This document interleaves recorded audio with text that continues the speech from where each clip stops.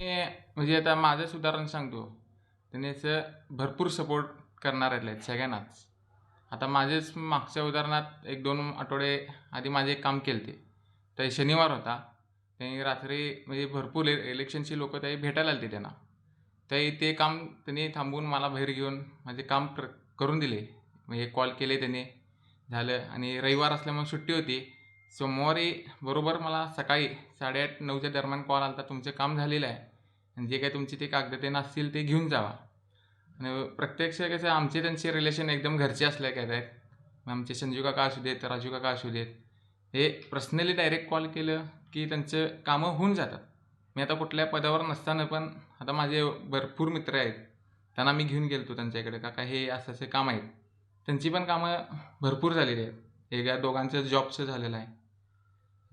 त्यांच्या संस्थेत लावलेले आहेत त्यांनी जॉबला, दोघा-तिघांना. पर्सनल बाकीचे आणि कोणाचे काही फॅमिली इश्यू असला तरी त्यांनी सॉल्व्ह केलेलं आहे. कोण नगराध्यक्ष? ह्यावेळी तर म्हणजे संजू मालक हे नगराध्यक्ष होणारच आहेत, फिक्स आहे. का असं काय वाटतंय तुम्हाला? म्हणजे त्यांनी सगळ्यांना धरून चालणाऱ्यातले आहेत.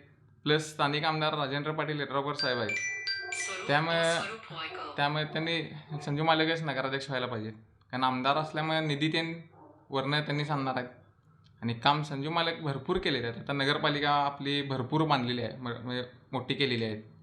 प्लस स्टेडियम केलेलं आहे.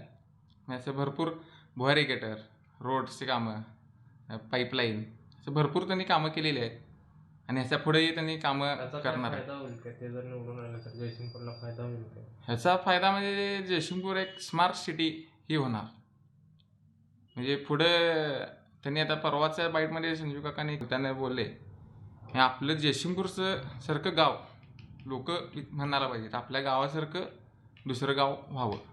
हे जयसिंगपूर मोठं म्हणजे येणाऱ्या पुढच्या 5 वर्षात त्यांनी भरपूर कामं करणार आहेत, एवढं आहे. त्यामुळे मत हे आपलं यड्रावकरांनाच असेल आणि त्यांनी लीड पण त्यांची एक 15,000 प्लस लीडनं त्यांनी निवडून येणार आणि आम्ही स्वतः देवाला नवस केलेला आहे, नगराध्यक्ष त्यांनीच होणार.